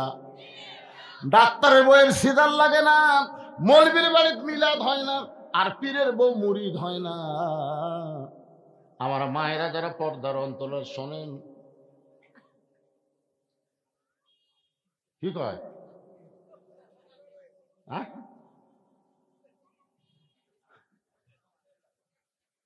আপনি খোঁজলে দেখেন না কেন? বিশ্বাস যদি না হয় দেখেন, বগুড়ার যে কোনো এমবিবিএস ডাক্তার আছে, বড় ডাক্তার আছে, খোঁজলে দেখেন তো। ওরা জানে নর্মালি বাচ্চা হলে মায়েরও লাভ, সন্তানেরও লাভ। আপনারা কোন মৌলবীর বাড়িতে কোনোদিন মিলাদ হওয়া দেখছেন? কারণ মৌলবী জানে মিলাদ একটা ফাও জিনিস, ভুয়া জিনিস। পরের বাড়িতে পড়াবো, নিজের বাড়িতে হবি না। আর একটা দেখবেন, বাংলাদেশের যত পীর আছে খুঁজলে দেখেন ওর বউ কিন্তু মুরিদ হয়নি, কারণ ওর বউ জানে আমাদের 1 নম্বর। সর্বপ্রথম নবীর হাতে যে কলমা পড়েছেন তিনি হলেন নবীর বিবি খাদিজাতুল কুবরা। সর্বপ্রথম কলমা পড়তে কারণ কি জানেন? কারণ হলো লাকাদ কানা লাকুম ফি রাসূলিল্লাহি উসওয়াতুন হাসানাহ। সফলতা যদি অর্জন করতে চাও, দুনিয়ার সবাইকে বাদ দিয়ে রাসূলকে তোমাদের আদর্শ হিসেবে গ্রহণ করে নাও। আমাদের নবী ছাড়া অন্য কাউকে গ্রহণ করা যাবে না, কেবলমাত্র নবীকেই আমাদের গ্রহণ করা লাগবে। জোরে কোন ঠিক কিনা? ভাইজান, যেটা বলতেছিলাম, আল্লাহ নবী ফাতেমাকে বললেন, ফাতেমা তুই জান্নাতে এইটা কখনো মনে করবি না তোর বাবা নবী বলে, তোর বাবা আল্লাহর নবী বলে তুই জান্নাতে যাবি, এইটা কখনোই যেন মনে করিস না। ফাতেমা বলতেছে, বাবা এতদিন আমি বিশ্বাস করতাম আমার বাবা বিশ্বনবী, আর বিশ্বনবীর মেয়ে হওয়ার কারণে আল্লাহ আমাকে জান্নাত দিবে। রাসূল বলে, ফাতেমা জান্নাতে যদি যাবার চাও তাহলে জান্নাতের আমল করে তোমাকে জান্নাতে যেতে হবে। ফাতেমা বলে, বাবা তাহলে মেয়েদের জন্য জান্নাতের আমল কি? আল্লাহ নবী বললেন, 24 ঘন্টায় পর্দার মধ্যে থাকা লাগবে। 24 ঘন্টায় পর্দার মধ্যে থাকা লাগবে। 24 ঘন্টার মধ্যে 5 বার নামাজ পড়া লাগবে ফাতেমা। আর সারা বছরে 1 মাস রোজা রাখা লাগবে। আর স্বামীর খেদমত করবি। এই 4টে আমল যদি করতে পারিস, আল্লাহ খুশি হয়ে 8টা জান্নাতের দরজা খুলে দিবে। ফাতেমাকে রাসূল বুঝাইলেন, নামাজ 24 ঘন্টার মধ্যে মাত্র 5 বার। জোরে কম কয়বার? আর রমজানের রোজা বছরে 1 মাস। আর স্বামী যখন খেদমত চাবে তখন স্বামীর খেদমত করবা। আর 24 ঘন্টায় পর্দার মধ্যে থাকা লাগবে। সঙ্গে সঙ্গে ফাতেমার কাছে একটা ওন্না ছিল, ওই ওন্নাটা মাথার উপর দিয়ে বললেন, বাবা এই মুহূর্তে আপনার ফাতেমা পর্দার ভিতরে ঢুকে গেল। বলে কোন সুবহানাল্লাহ। এমন ভাবে পর্দা ফাতেমা গ্রহণ করলেন। একদিন জোহরের নামাজ পড়ে আল্লাহ নবী ফাতেমার দরজায় সালাম দিয়ে বললেন, ফাতেমা আমি তোমার বাবা, দরজায় তুমি একটু দরজা খুলে দাও। ফাতেমা বলতেছে, বাবা এই মুহূর্তে আমার পরনে এমন একটা কাপড় রয়েছে বাবা, এই কাপড় পরে আপনার জন্য দরজা খুলতে পারবো না, মেহেরবানি করে আপনি ফেরত যান। নবী আমার ফেরত গেলে আসরের নামাজের পর আল্লাহ নবী এসে বললেন, ফাতেমা এখন দরজা খোলো। ফাতেমা বলে, বাবা এমন একটা কাপড় পরেছি, আপনি কি জানেন না আপনার ফাতেমা বড় হয়ে গেছে? উপর দিকে কাপড় নিয়ে আসলে নিচের দিকে বের হয়ে যায়, আবার নিচে টানলে উপর দিকে আমি ঢাকতে পারি না, মেহেরবানি করে আপনি ফেরত যান। সঙ্গে সঙ্গে আল্লাহ নবী এক টানে গায়ের চাদর খুলে জানলাই বললেন, ফাতেমা এই চাদর পরে আমার জন্য দরজা খুলে দাও। নবীর গায়ের চাদর পরে ফাতেমা যখন দরজা খুলে দেয়, নবী তাকায় দেখে ফাতেমা ঘোমটা মাথায় দিয়ে মাটির দিকে তাকায় আছে। রাসূল বলে, ফাতেমা এই পর্দা আল্লাহ কবুল করেছে, তুমি এখন থেকে যেই নিয়ত করবে আল্লাহ তোমার সেই চাওয়াটা পর্দার কারণে কবুল করে নিবে। বাজান গো, গভীর রাত্রে হযরত আলী যখন ফাতেমার ঘরে, ফাতেমা ছোট বাচ্চার মতন কান্দে, বলে, স্বামী গো আপনি কি জানেন আল্লাহ আমার দোয়া কবুল করেছে? আলী বলতে যে, ফাতেমা তাহলে কান্দো কেন? দোয়া কবুল করলে মানুষ খুশি হয়, তুমি কি এমন দোয়া করলা যে আল্লাহ কবুল করলে তুমি কাঁদতেছো? ফাতেমা বলে, স্বামী গো আমি দোয়া করেছি আল্লাহ যেন পর্দার ভিতরে আমার মৃত্যু দেয়। আলী খালি মুচকে মুচকে হাসার বলে, পাগলি রে, যে সারা জীবন পর্দা মেনেছে সেই তো পর্দার মধ্যেই মৃত্যু হবে। আর আমাদের বাংলাদেশে সারা জীবন পর্দা করে না, মরার পরে 5 কাপড় দিয়ে দাফন করে। জোরে কোন ঠিক কি না? চিন্তা করে দেখেন, যে মেয়েটা জীবিত অবস্থায় পর্দা করেনি, মরার পরে 5 কাপড় দিলি হবে। কয়টা দেয় আপনাকে এলাকার মেয়েদের? কয় কাপড় দেয়? জোরে কোন কয়টা? এমনকি খাটনি পর্যন্ত চাদর দিয়ে ঢাকাতে হয়। মেয়েদের খাটনি চাদর দিয়ে ঢাকে না? ফেরেশতাকে আল্লাহ যখন জীবিত আসলো গোটা বড়নগর ঘুরিছে, এই গ্রামের ফকির থেকে শুরু করে সবাই অ্যাক্সিডেন্ট। সেটা না মেতর রাস্তা দিয়ে যায় আর এটা কার বউ রে? মেতর ভ্যান এলাকায় রে, এত সুন্দরের কার বউ রে? যে ফকির ভিক্ষা করবার আছে ওরও তো চোখ আছে। হায় হায় রে, এটা কার বউ রে? মানে যাই দেখতেছে তাই একটা করে হামনিয়াস ফালাচ্ছে। হায় এটা কার বউ রে? যে কয়টা হামনিয়াস ফালাচ্ছে ওরা রাত্রিবেলা যখন শুতিছে বুঝলেন, ঘুমের মধ্যে ওই এক বউ স্বপ্নে সগলির কাছে গেছে। রে মরদ, এই মরদ, তোমার বউ যদি বেপরদা হয় মেতরের সাথে স্বপ্ন দোষ হয়। ধরে কোন কথা ঠিক কথা কন না কেন? আমাদের যেই ছেলেরা এখনো বিয়ে করে নাই তারা সকালবেলা গোসল করে কি জন্য? কে রে বা তুই তো বিয়ে করিস নি, তুই সকালে গোসল করিস কেন? হুজুর ভালো করে ওয়াজ করবেন, মেয়েরা যদি পর্দার মধ্যে থাকে আমাদের কোনোদিন গোসল করা লাগবে না। এই বেপরদা হওয়ার কারণে এদেরকে আমরা দেখি, স্বপ্নে আবার আমরা সেটা পাই। এই জন্য আমার সঙ্গে সকলে বলবেন, বেপরদা নারী যারা যুবকদের শরীর নষ্ট করে তারা, বেপরদা নারী যারা যুবকদের শরীর নষ্ট করে তারা। বাজান একটু মনোযোগ দেন। আলী বলতেছেন, ফাতেমা সারা জীবন তুমি পর্দার মধ্যে থাকলা, আর পর্দার মধ্যে মৃত্যু আল্লাহ কবুল করেছে, এখানেই তোমার কান্দার কারণ কি? ফাতেমা বলে, স্বামী গো, আল্লাহ তো পর্দার মধ্যে আমার মৃত্যু কবুল করলো, কিন্তু আমার মৃত্যু কখন হবে এইটা কি আপনি শুনবেন না? আলী বলে, ফাতেমা মৃত্যুর কথা দুনিয়ার কেউ কোনোদিন বলতে পারে না। ফাতেমা বলে, স্বামী আল্লাহ যদি আমাকে জানায় তাহলে আমি জানবো না। আলী বলে, ফাতেমা আল্লাহ তোমারে কি জানাইছে? ফাতেমা বলে, স্বামী গো, আজকে গভীর রাত্রে ফাতেমার মৃত্যু হবে। যেই বলছে গভীর রাত্রে ফাতেমার মৃত্যু হবে, গাছের গোড়া কাটলে গাছটা যেমন ঠাস করে পড়ে যায়, হযরত আলী তেমনি পড়ে গেলেন ঘরের মাঝায়। মা ফাতেমা মুচকি মুচকি হেসে স্বামীর পাতাটা উরাতের উপরে নিয়ে কপালে একটা চুমা খায়, যে গভীর রাত্রে মৃত্যুবরণ করবে সে হাসতেছে। আলীর মাথাটা উরাতে নিয়ে কপালে একটা চুমা খায়, বলে, স্বামী গো, এমন করে আপনি কাঁদবেন না, কারণ আসলে যাইতে হবে। আমি যে বলবো আসলে, আপনার বলবেন যাইতে হবে। আসলে 5 তারাতে করছেন, 5 তালা কি দেখতেছেন? বারে হুজুর 4 তালা করে রড বার করে থুজু, হুজুর আরে 1 তালা কর্ম গার কাট করে দেখতেছে। 2 কান্দের ফেরেশতাকে, শয়তান উপরের দিকে না তাকা, নিচের দিকে তাকা, তোর বাড়ি 5 তালা না, তোর থাকতে হবে 20 তালা। জোরে কোন কয় তালা?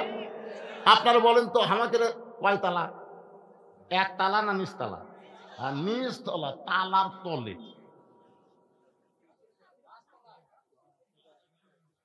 কিন্তু যেদিন ডাক পড়িবে, সবাই বলেন যারা পারেন, কিন্তু যেদিন ডাক পড়িবে কবর মাঝে যাইতে, জোগাড় কিছু করছো বন্ধু তার মাঝে বিছাইতে। আমাকে বলতে, হুজুর আপনার কাছে আমাকে তেমন কোনো আবদার নাই, ওয়াজের মাঝখানে আপনি একটু কিন্তু যেদিন ডাক পড়িবে কবর মাঝে যাইতে, জোগাড় কিছু করছো বন্ধু তার মাঝে বিছাইতে। আল্লাহর ঘর মসজিদের জন্য একটু ব্যাগ যাবে, রুমাল যাবে, সবাইকে বলবেন কবরের পাথর হিসাবে সবাই যদি 10 টাকা 20 টাকা 50 টাকা 100 টাকা করে দেয়, আমাদের মসজিদের সার্বিক উন্নতি হবে। জোরে কোন কথা ঠিক কিনা? এই জন্য ভাইজান 5টা মিনিট, এরপর আবার আমার সূরা কাউসারের আলোচনা শুরু হবে। 5টা মিনিটের জন্য আপনাদের কাছে ব্যাগ যাবে, রুমাল যাবে, যে যা পারবেন জীবনের শেষ দান মনে করে, জীবনের শেষ দান মনে করে, আর হয়তো দান করার টাইম আল্লাহ দেবে না। আজকের দানই হলো আমার জীবনের শেষ দান। 10 টাকা 20 টাকা 50 টাকা 100 টাকা, যে যা পারবেন আল্লাহর হস্তে দান করবেন। দানকারী গো পিতা মাতা, সুতরাই গো কবরে নূরের টুপি পরাইয়া উঠাবেন দোজ হাসরে। আমিনুর চেয়ারম্যান সাহেব 5000 টাকা দান করেছে। আমিনুর জোয়াবদার 5000 টাকা দান করেছে। আল্লাহ দানকে কবুল করেন। শাহাদত 9 মাইল থেকে শাহাদত 10,000 টাকা দান করেছে। আল্লাহ শাহাদতের দানকে আল্লাহ আপনি কবুল করেন, আল্লাহ নেক নিয়ত থেকে জবরা করেন। আবু সাইদ বিশেষ অতিথি 3000 টাকা দান করেছে। আবু সাইদের দানকে আল্লাহ আপনি কবুল করেন। এক ধনু নড়বেন না, যেখানে আসছি ওখান থেকে আবার শুরু হবে। আপনার 10 20 50 টাকা যাই যা পারেন আল্লাহর রাস্তায় দান করেন। ডাক্তার তরুণ 3000 টাকা দান করেছে, আল্লাহ তার দানকে কবুল করেন। আল্লাহর একজন বান্দা 200 টাকা দান করছে, আল্লাহ দান কবুল করেন। রেজাউল হক মিলন অসুস্থ মানুষ, দোয়া চাই 1000 টাকা দান করেছে, আল্লাহ রেজাউল হকের দানকে আল্লাহ কবুল করেন। আব্দুল হালিম 9 মাইল থেকে 4000 টাকা দান করেছে, আব্দুল হালিমের দানকে আল্লাহ আপনি কবুল করেন। জিয়াউর রহমান 3000 টাকা দান করেছে, জিয়াউর রহমানের দানকে আল্লাহ আপনি কবুল করেন। আল্লাহ তোমার একজন বান্দা 500 টাকা দান করেছে, আল্লাহ দানকে কবুল করেন। আল্লাহুম্মা আমিন। আবু রায়হান নাচি থেকে 5000 টাকা দান করেছে, আবু রায়হানের দানকে আল্লাহ আপনি কবুল করেন। আরে সাংস্কৃতিক অনুষ্ঠান হবে, আর ওয়াজই তো শেষ হয় না, সাংস্কৃতিক পরে হবে। আপনারা এই যারা উঠে যাচ্ছে থাকতো, আপনারা চাপে আসেন, চাপে আসেন। দুই জায়গা আপনার জান্নাতের সাক্ষী হবে, সামনে আসেন। এতক্ষণ এক জায়গায় গরম করছেন, আর এক জায়গায় করেন। 2 জায়গা হাসরের ময়দানে কোরআনের পক্ষে থাকার কারণে আপনার সাক্ষী হবে। আসেন, সামনে আসেন। আল্লাহর একজন বান্দার সাব্বির আহমদ 3000 টাকা দান করেছে, আল্লাহ তার দান কবুল করেন।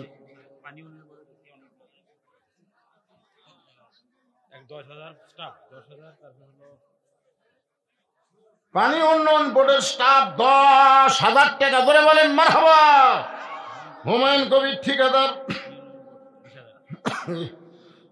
পানি উন্নয়ন বোর্ডে হুমায়ুন কবির ঠিকাদার 20,000 টাকা ধরে দেন মারহাবা। মাকসুদুল হাসান উনি পানি উন্নয়ন ওই স্টাফ, পানি উন্নয়নের স্টাফ মাকসুদুল হাসান উনি 10,000 টাকা দান করেছে, আল্লাহ কবুল করেন। বিন্দু মোল্লা চুপিনগর 10,000 টাকা, ইট আবার 2,000 টাকা, 2,000 ইট, 2,000 ইট, 10,000 টাকা বাদে 2,000 ইট। সবচেয়ে বড় দান হলো মাশাআল্লাহ। আল্লাহ কোকো পরিষদ 10,000 টাকা দান করছে, আল্লাহ কবুল করেন। ফারুজ্জামান রেখি ফাত্তাউজ্জামান ফারুক 5,000 টাকা দান করেছে, আল্লাহ সকলের দানকে কবুল করেন। যারা নিয়ত করে দান করতেছে, আল্লাহ। ব্যাংকার আব্দুর রশিদ অসুস্থ মানুষ 1,000 টাকা দান করেছে, আল্লাহ তার দান কবুল করেন। আল্লাহ নেকি আপনি আল্লাহুম্মা আমিন। রহিমা একজন মা আমার বর্ণগর থেকে 1,000 টাকা দান করেছে, আল্লাহ মা রহিমার দানকে কবুল করেন। তার আলম পিয়াস 2,000 টাকা দান করেছে, আল্লাহ দান কবুল করেন। ব্যাংকে চাকরি করে, আল্লাহ কবুল করেন। বীর মুক্তিযোদ্ধা ওবায়দুর রহমান 1,000 টাকা দান করেছে, আল্লাহ দানকে কবুল করেন। হাজরা খাতুন মা আমার 100 টাকা দান করছে, আল্লাহ দানকে কবুল করেন। আল্লাহ নেক নিয়ত নেকাজা করা যায়, একটু জিকির করেন। লা ইলাহা ইল্লাল্লাহ, লা ইলাহা, লা ইলাহা। ডেকোরেটর মিস্ত্রি দুলাল 500 টাকা। কি লিখছে? সালমা খাতুন মা আমার 1,000 টাকা দান করেছে, সালমা খাতুনের দান আল্লাহ। মিডিয়ার পক্ষ থেকে অনেক টাকা দান করেছে, আল্লাহ মিডিয়াকে ইসলামের জন্য, কোরআনের জন্য এদের খেদমতকে কবুল করেন, এদের রিজিক রুজির ফয়সালা করেন, এদেরকে বরকত দান করেন। জোরে বলেন আমিন। আপনারা কি মনে করতেছেন এই যন্ত্র খারাপ হয়ে থাকা দেখে আপনাদের মন খারাপ? আরে আপনাদের এই যে বড়নগর মাহফিল হচ্ছে, এলাকার লোকই শুধু জানতো, আর এই মিডিয়ার কল্যাণে গোটা পৃথিবীতে যত বাংলাদেশে বসবাস করে সবাই আপনাদের বড়নগরের ওয়াজ শুনবে। জোরে কোন কথা ঠিক কিনা ভাই? এই জন্যে মিডিয়ার ওপর রাগ করবেন না। একটু তারা কত কষ্ট করে, একজনের বাড়ি কোথায় জানেন, কত দূর থেকে তারা আসে, এই ওয়াজগুলো তারা ধারণ করে। আমরা সবাই প্রাণ খুলে দোয়া করব মিডিয়াদেরকে আল্লাহ ইসলামের জন্য, কোরআনের জন্য কবুল করুক। জোরে কোন আমিন। সমস্ত বিপদ আপদ থেকে মিডিয়া ভাইদেরকে আল্লাহ হেফাজত করুন, সকলে বলে আমিন। এই যারা গেছে আপনারা যারা আছেন সামনে আসেন, তো সামনে আসেন, সামনে আসেন। আওরঙ্গজীব 1,000 টাকা দান করেছে, পিটু 1,000 টাকা দান করেছে, আরো 1,000 টাকা বাকি, আল্লাহ দানকে কবুল করেন। ডেকোরেটর মিস্ত্রি দুলাল, দেখেন ডেকোরেটরের মধ্যে আল্লাহ যেন বরকত দেয়, 500 টাকা দান করেছে, আল্লাহ দানকে কবুল করেন। আল্লাহুম্মা আমিন। যারা পিছনে আছেন সামনে আসেন, ভাইজান সামনে আসেন। আমার মায়েরা যারা পর্দার অন্তরালে শোনেন, মা ফাতেমা বলে, স্বামী গো এমন করে আপনি কাঁদবেন না, আমি মরে যাওয়ার পর আমার 3টা চাওয়া আপনার পুরা করা লাগবে। আলী বলে, স্বামী গো, আলী বলতে যে ফাতেমা গরিব ছিলাম বলে দুনিয়াতে কোনো কিছুই তুমি চাইলা না, মরার পরে তুমি কি চাইবা ফাতেমা? ফাতেমা বলে, স্বামী গো এক নম্বর চাওয়া হলো রাতের অন্ধকারেই আমাকে কবর দিবেন, আমি রাতের অন্ধকারে মৃত্যুবরণ করব। আর দিনের বেলায় যদি আপনি আমার কবর দেন, দুনিয়ার মানুষ ফাতেমার কবর দেখবে, ফাতেমার কবর লম্বা কতটুকু, ওসার কতটুকু তারা বুঝতে পারবে। এই জন্য রাতের অন্ধকারে আমাকে কবর দিবেন। আমার 2 নম্বর চাওয়া হলো আমার কোনো জানাজার ব্যবস্থা করবেন না। আলী বলে, ফাতেমা তুমি নবীর কলিজার টুকরা, তোমার জানাজার খবর শুনলে কত মানুষ তোমার জন্য দোয়া করবে। ফাতেমা বলে, স্বামী গো, আমি চিন্তা করে দেখছি দুনিয়ার সমস্ত পুরুষ যদি দোয়া করে ফাতেমা ভালো, ফাতেমার কোনো লাভ হবে না। যদি আপনি বলেন ফাতেমা খারাপ, আর দুনিয়ার সবাই যদি বলে ফাতেমা খারাপ, আর আপনি যদি বলেন আমার বউ ফাতেমা ভালো, এক স্বামীর সার্টিফিকেটে ফাতেমার জন্য 8টা জান্নাতের দরজা আল্লাহ খুলে দিল। সুবহানাল্লাহ কর পারেন না? সুবহানাল্লাহ কর পারেন না? কি বুঝলেন? কি বুঝলেন? ও মায়েরা শোনেন, দুনিয়ার সমস্ত মানুষ যদি আপনাদের ভালো কয় কোনো লাভ নাই, স্বামীকে ভালো বলা লাগবে। কারণ স্বামীর কাছে বউ, বউয়ের কাছে স্বামী সবচাইতে ভালো হওয়া লাগবে। আল্লাহ কোরআনে বলেন, হুন্না লিবাসুল লাকুম ওয়া আনতুম লিবাসুল লাহুন্না। হযরত আলী ফাতেমাকে গভীর রাত্রে কবর দিয়া আল্লাহকে বলতেছে, আল্লাহ আমার পর্দানিশী ফাতেমাকে কবর দিয়ে গেলাম, তুমি কবুল করো, তুমি কবুল করো। দোয়া করাও শেষ, তাকায় দেখে সামনে কয়েকটা পুরাতন কবর দেখা যায়। এই মাত্র ফাতেমার কবর দিল, সেই নতুন কবর গেল কোন জায়গায়? গোটা জান্নাতুল বাকি। হযরত আলী দৌড়ায় আর বলে, ফাতেমার কবর, ফাতেমার কবর। কে যেন বলতে চাইলি রে, ফাতেমা পর্দানিশী, আমি আল্লাহ জহুরা ডিগ্রি দিয়া তার কবরটাকে কিয়ামত পর্যন্ত পর্দা করে দিয়েছে। আমার মায়েরা, ওই ফাতেমার সঙ্গে যদি জান্নাতে যাওয়ার চান, তাহলে 1 নম্বর পর্দা। পর্দা যদি না থাকে, যতই নামাজ পড়েন কাম হবে না, রোজা করেন কাজ হবে না।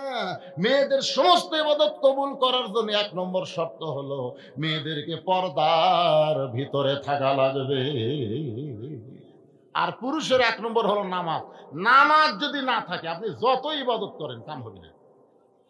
কি আপনি দান করবেন, মাদ্রাসা করবেন, মসজিদ করবেন, লাভ নাই রে, লাভ নাই। কারণ নামাজ নাই, তার ঈমানই নাই। মারাত্মক কথা। দেখছেন, বাইনাল আবদি ওয়াল কুফরি তরকুস সালাত, বান্দা আর কাফেরের মধ্যে পৃথক করার জিনিসটার নামই হলো সালাত, নামাজ। এই জন্যে মসজিদের উন্নয়ন করতে গেলে শুধু টাকা কালেকশন করে লাভ নাই। মসজিদের উন্নয়ন হলো মুসল্লি কালেকশন। ধরে কোন ঠিক কিনা? 1 নম্বর হলো নামাজ। হাউজে কাউসারের পানি যদি পান করতে চান, 1 নম্বর হলো নামাজ, আর 2 নম্বর হলো কুরবানি। ধরে কোন 2 নম্বর কি? আচ্ছা বলেন তো, কুরবানি বলতে আপনারা কি বুঝতেছেন? আমার সামনে যারা বসে আছেন, কুরবানি বলতে আপনারা কি বুঝতেছেন? গরু, খাসি কুরবানি? হ্যাঁ, এই 24 সালের সবচাইতে দামি কুরবানি হচ্ছে আবু সাইদ। কথা কয় না কেন? সবচাইতে দামি কুরবানির নাম কি? আবু সাইদ। তারপর হলো আমার নিজের গ্রাম। আমার এক চাচাতো ভাইয়ের ছেলে হয়েছে, আমারে বলে, হুজুর আমার একটা ছেলে হয়েছে, তো আপনি একটা আলেম মানুষ, একটা ভালো নাম রাখেন তো। আমি বললাম, আমি যে নাম পছন্দ করবো তুমি রাখবা তো? আপনি আলেম মানুষ, রাখবো না মানে? তাই আমি বললাম, ঠিক আছে, তোমার ছেলের নাম রাখো আবু সাইদ। যে আবু সাইদের কথা কইছি, আমার ভাইটা খুব খুশি, আমাদের মনেই নেই। এখন ছেলের নাম আবু সাইদ, আমার ভাই হয়েছে আবু সাইদের বাপ, আর ওর বউ হচ্ছে আবু সাইদের মা। এখন গোটা গ্রামে খবর হয়েছে যে হুজুরের চাচাতো ভাইয়ের ছেলের নাম আবু সাইদ, আরো 2টা ছেলে আমাদের গ্রামত হচ্ছে, ওই 2টা ছেলের নামও রাখছে আবু সাইদ। আমি কইলাম, করে একই পাড়া, সবই যদি আবু সাইদ হয়। তাই ওই 2টার বাড়ি গিয়ে বললাম, কে রে বাজার, এই একটার নাম তো আবু সাইদ রাখাই হচ্ছে, তোমাদের ছেলের নাম রাখো ইয়ামিন, তোমাদেরটার নাম রাখুন মুগ্ধ। কয় না হুজুর, আবু সাইদ দিয়ে শুরু হচ্ছে, আবার যখন ছেলে হবে তখন ইয়ামিন মুগ্ধ রাখবে। মাশাআল্লাহ। কয়টা আবু সাইদ? ধরে এখন কয়টা? আমার এক খালাতো বোন, সম্পর্কে খালাতো বোনের মেয়ে হয়েছে। আমার খালা আমাকে মোবাইল করে বললো, বাবা তুমি আলেম মানুষ, আমার একটা নাতনি হয়েছে, নাতনির ভালো একটা নাম রাখো তো। আমি তখন বললাম, খালা আপনার নাতনি নাম রাখেন হাসিনা। সেই খুশি হাসিনা। খালার মোবাইল কথা পায় না। আমি বললাম, খালা কি, এই তুই আলেম না জালেম রে? মানে এত খেপে গেছে খালা, তুই আলেম না জালেম? আমি তোকে বললাম একটা ভালো নাম থবার, আর তুই খুনি হাসিনার নাম কর। তখন আমি বুঝলাম ভাই সবচাইতে বড় কুরবানি এই 24-এর স্বাধীনতার জন্য যারা জীবন দিয়েছে, তোরে কোন কথা ঠিক না? আর হাসিনা এমন পচা পচিছে। আমি তো চিন্তা করলাম 100 বছরে কোন মেয়ের নাম কেউ হাসিনা থবি না, ভুল করে তোরে কোন কথা ঠিক না? ওয়ান হার মানে কুরবানি, একটা হলো নামাজ, একটা হলো কুরবানি। এই কুরবানি মানে শুধু পশু কুরবানি নয়, এই কুরবানি হলো বাতিলের বিরুদ্ধে হকের পক্ষে আল্লাহর কোরআনকে দুনিয়াতে গালেব করার জন্যে কুরবানি। আমি একটা গজল গাই তাহলে বুঝতে পারবেন, ইমানের দাবি যদি কুরবানি হয়, সেই দাবি ঘরে বসে থাকা নয়। ইমানের দাবি হলো কিছু বিনিময়, সেই বিনিময় যদি কলিজার ঘাম হয়, সেই ঘাম দিতে যেন তৈরি থাকি। ওগো দয়াময় আমার আল্লাহ দয়াময়। ইমানের দাবি হলো অগ্নিশিখা, বাতিলের বিরুদ্ধে জ্বলতে শিখা। সে আগুনে জ্বলে জ্বলে, সে আগুনে জ্বলে জ্বলে দিব ইমানের পরিচয়। ইমানের দাবি ঘরে বসে থাকা নয়। বসে থাকবেন ঘরে? আরে মা খালি বারবার ছেলেকে বলতেছে, বাবা বাহিরে যাস না, বাবা বাহিরে বাঘ আছে। বাহিরে কি আছে? বাঘ। ওই যে জঙ্গল, জঙ্গলে বাঘ আছে, খবরদার যাস না। এখন মায়ের কথা শুনে ছেলে আর বাহিরে যায় না, ছেলে আর বাহিরে যায় না। এখন জঙ্গল বাড়তে বাড়তে বাড়তে বাড়তে একের ঘরের জানলা পর্যন্ত আসছে। যে বাঘ আসছিল 1 মাইল দূরে জঙ্গলে, সে বাঘ জঙ্গল বাড়তে বাড়তে জানলা বনতেছে, জানলা করতেছে। ছেলে দৌড়ে যা মাছ চাপে ধরে বলে, মা তুমি না কইলা বাহিরে যাস না, বাহিরে বাঘ আছে, এখন বাঘ যে জানলার কাছে। মা তখন বলতেছে, আমি খুব ভুল করছি বাজার, তোকে বাহিরে যাওয়া নিষেধ করতে আমি খুব ভুল করছি। তোকে বললাম বাহিরে যা, খালি হাতে যাস না, দাও কুড়ে লিয়া যা। জোরে কোন কথা ঠিক কিনা?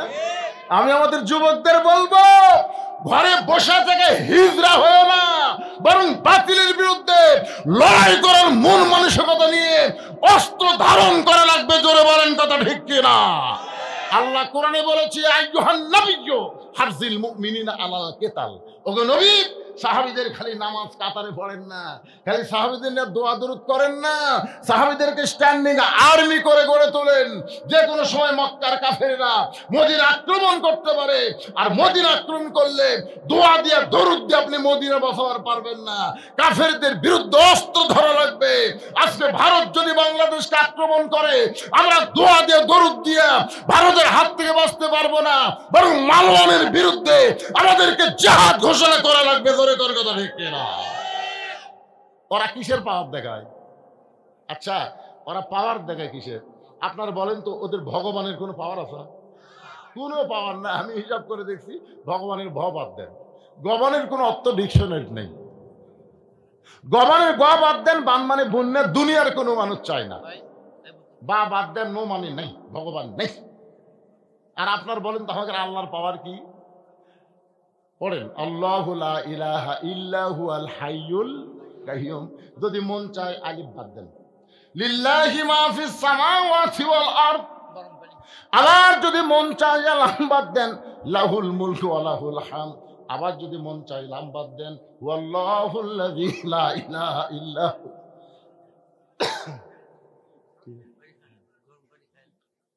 হালকা গরম কে খাবে? আপনি না, পানি খাবে, চা খাবে, চা খাবো না। না আমি না। আপনারা কি বুঝলেন? আল্লাহু লা ইলাহা ইল্লা হুয়াল হাইয়ুল কাইয়ুম, আলিফ বাদ দিচ্ছেন। লিল্লাহি মা ফিস সামাওয়াতি ওয়াল আরদ, লাম বাদ দেন। লাহুল মুলকু ওয়া লাহুল হামদ, লাম বাদ দেন। হুয়াল্লাহুল্লাযী লা ইলাহা ইল্লা হু, আল্লাহর যাই বাদ দেন, আল্লাহ বাদ করছে। আপনি ভগবান, তাহলে ওরা তো ভগবানের পাওয়ার নিয়ে আল্লাহর দলের সাথে লাগবে পারতেছে না। যদি মনে করে অ্যাটম বোম আছে, অ্যাটম বোম, নমরুদের অ্যাটম বোম আমাদের জাতির পিতার জন্য আল্লাহ শান্তির বাগান করে দিছে। জোরে কোন কথা ঠিক কিনা? নমরুদের অ্যাটম বোম যদি আল্লাহ শান্তির বাগান করে দেওয়া পারে, ভারতের অ্যাটম বোম আমাদের বাংলাদেশের মাটি যদি পড়ে, আল্লাহ যদি কয় ফুটিস না, অ্যাটম বোম তো বিশাল একটা তরমুজের মতন, তো ফোটেনি, অ্যাটম করছে আল্লাহ ইসাব্বিহুলাহু মা ফিস সামাওয়াতি ওয়াল আরদ, আসমান জমিনে যা আছে তোমার তসবিহ করে। তা আমরা অ্যাটম তসবিহ করতেছি, আমাকে অ্যাটম না রেখে তোমার বাংলাদেশের ছেলেরা যেটা পছন্দ করে সেটা করে দাও। আল্লাহ অ্যাটম তরমুজ বানিয়ে দিছে। যেরকম কি বানিয়ে দিছে, আমাকে ছেলেরা সব রাস্তায় বেড়াচ্ছে, কে রে ওরে কি রে, তরমুজ যাই, ওরা চাকুলি এসে তরমুজ কাটতেছে, আর ওরা দূরবীন যন্ত্র দিয়ে দেখতেছে ভারতের মালওয়ানের বাচ্চারা। কে রে, আমরা অ্যাটম ফালানো আর ওরা কাটিয়া খায়। আরে মালওয়ানের বাচ্চা, জানিস না তোরকে ভগবান নাই, আর আমাকে আল্লাহ সদা বিরাজমান। ধরে কোন ঠিক কিনা? খালি লাগিয়া দেখ, খালি লাগিয়া দেখ। সবচাইতে বড় কুরবানি হলো ইমানের চেতনা নিয়ে বাতিলের বিরুদ্ধে যুদ্ধ করার মন মানসিকতা তৈরি করা। জোরে কোন কথা ঠিক? এই নামাজ আর কুরবানি, এই দুইটা যদি আমাদের আমলে থাকে, হাউদে কাউসারের পানি। মসজিদের উন্নয়ন মানে আমি সমস্ত যুবকদেরকে বলবো, 5 ওয়াক্ত নামাজ তোমরা মসজিদে জামাতের সঙ্গে আদায় করবে ইনশাআল্লাহ। বড়নগরের যুবক কারা কারা আছে হাত তুলো তো দেখি বাবা। সোনার সানেরা, বড়নগরের যুবক কারা কারা রে? আমি মুরব্বী করে বাদ দিছি, খালি যুবকের কথা বলতেছি। মাশাআল্লাহ। আচ্ছা, বড়নগরের বাইরে যে যুবকগুলো আছে তোমরা হাত তুলো তো। আচ্ছা আচ্ছা, সমস্ত যুবকদের জন্য ওয়াজ, খালি বড়নগরের জন্য না। ময়না, তোমাকে জন্য ওয়াজ। তোমরা মেসির খেলা দেখো 3টা পর্যন্ত। মেসির খেলা করার মতো দেখে 3টা পর্যন্ত মেসির খেলা থাকে। মেসি কিভাবে গোল করে ওটাও জানো। মেসি যখন হাই গা কাটে যাবে, এই রে যুবকের 3টার সময় মনে হয় যে কেবল সন্ধ্যা 7টা। যে আর্জেন্টিনার খেলা শেষ, একটা যুবকের চেতন নাই, সব ঘুম। 1 ঘন্টা পরে ফজর আজান দিছে, আর সালাতু খায়রুম মিনান নাওম। এখন 3টা পর্যন্ত খেলা দেখে ওই যুবকের মন তো কি, আল্লাহ মজ্জিনের কাম নেই রে, মানে মজ্জির উপর খেপে গেছে আজান শুনে।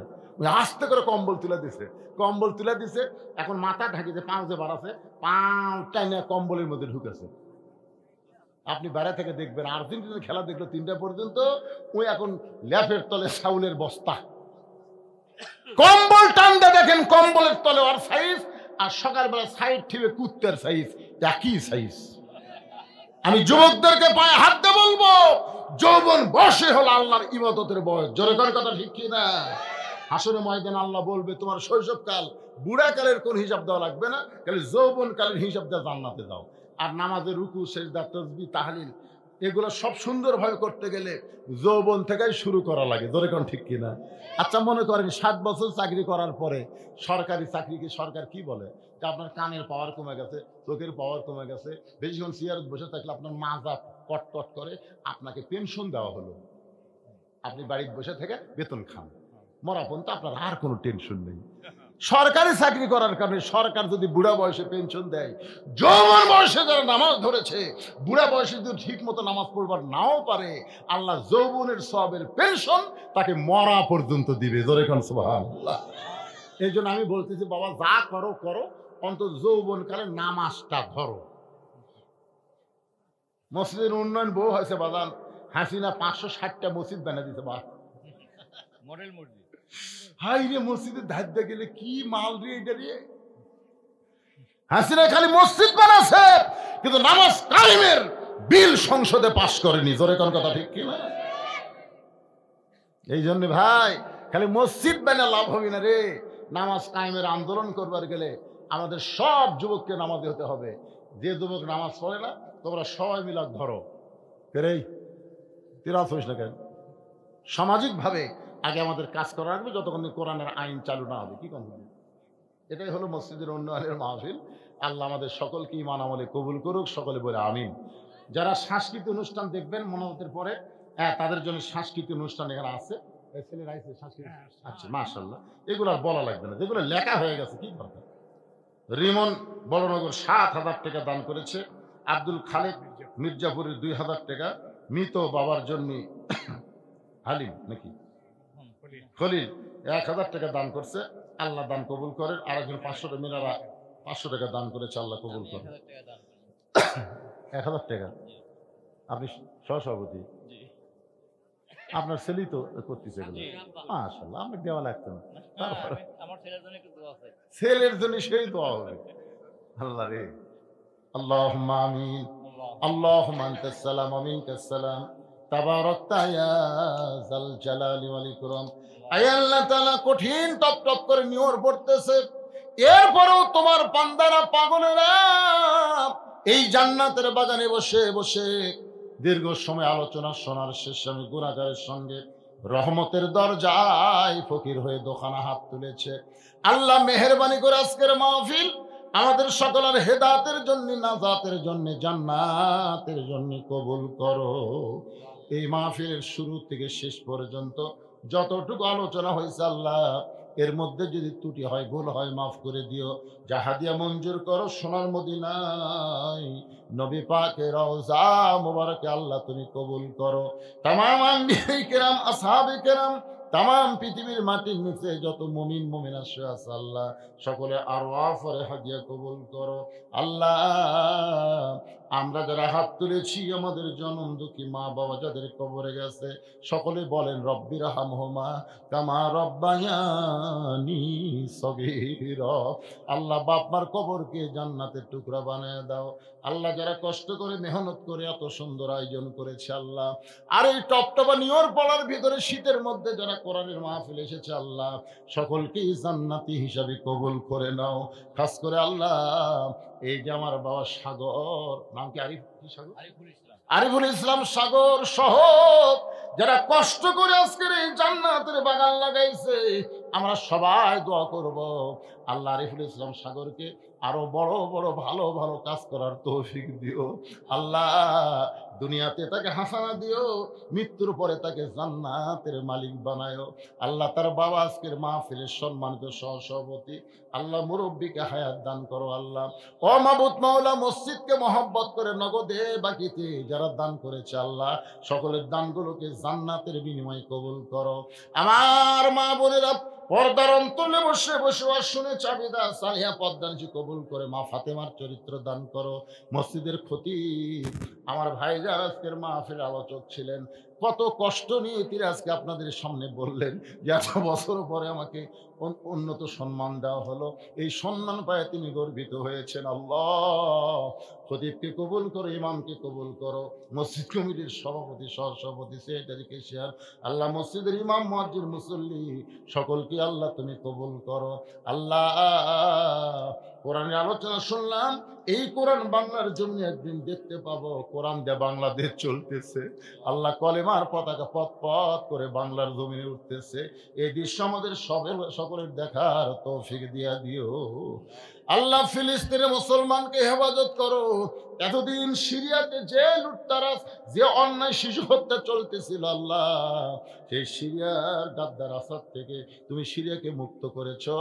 আল্লাহ, সিরিয়ার প্রতি তুমি খাস রহমত করো। আমার বাংলাদেশের প্রতি রহম করো। আল্লাহ, ভারতের ষড়যন্ত্র থেকে আমার বাংলাদেশকে আল্লাহ তুমি হেফাজত করো। আল্লাহ, কে কোন নিয়তে হাত তুলেছে আল্লাহ, সকলের নেক নিয়ত, নেক আশাকে তুমি কবুল করো। প্রত্যেক বছর এমন করে একটা কোরআনের বাগান যেন লাগাতে পারে, এই বড়নগরের সকলকে আল্লাহ তুমি তৌফিক দিয়ে দাও। সুবহানা রাব্বিকা রাব্বিল ইজ্জাতি আম্মা ইয়াসিফুন ওয়া সালামুন আলাল মুরসালিন আলহামদুলিল্লাহি রাব্বিল আলামিন। আসসালামু আলাইকুম ওয়া রাহমাতুল্লাহি ওয়া বারাকাতুহু।